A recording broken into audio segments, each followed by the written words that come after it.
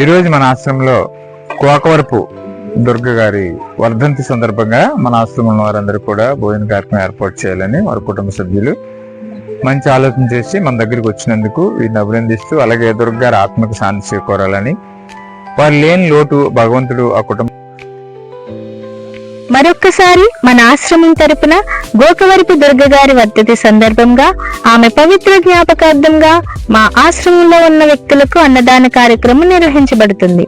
ఈ సేవా కార్యక్రమానికి సహకరించిన వారి కుటుంబ సభ్యులకు మరియు అందరికీ మా ఆశ్రమం తరపున హృదయపూర్వక కృతజ్ఞతలు. ఈ రోజు మా ఆశ్రమానికి చాలా ప్రత్యేకమైన రోజు.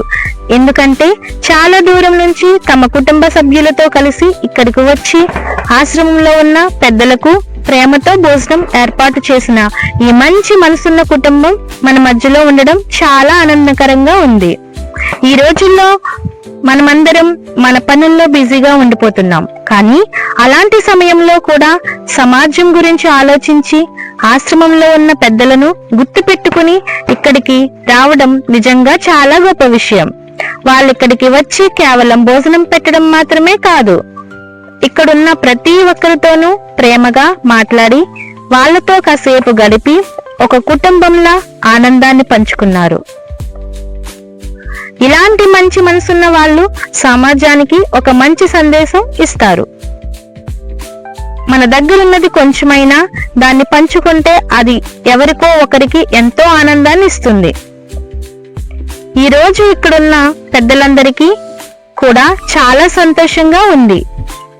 ఎందుకంటే ఎవరో ఒకరు వాళ్ళని గుర్తు పెట్టుకుని ఇక్కడికి వచ్చి ప్రేమతో భోజనం పెట్టారు.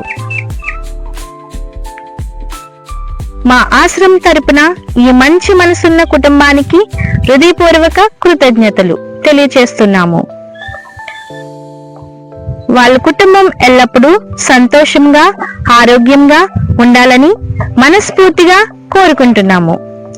మరొక్కసారి వారికి మన అందరి తరపున హృదయపూర్వక ధన్యవాదాలు. మరొక్కసారి గోకవరపు దుర్గ గారి వర్ధంతి సందర్భంగా ఆమె పవిత్ర జ్ఞాపకార్థంగా మా ఆశ్రమంలో ఉన్న వ్యక్తులకు ఫుడ్ ఏర్పాటు చేసిన ఈ కుటుంబ సభ్యులకు హృదయపూర్వక ధన్యవాదాలు. Thank you.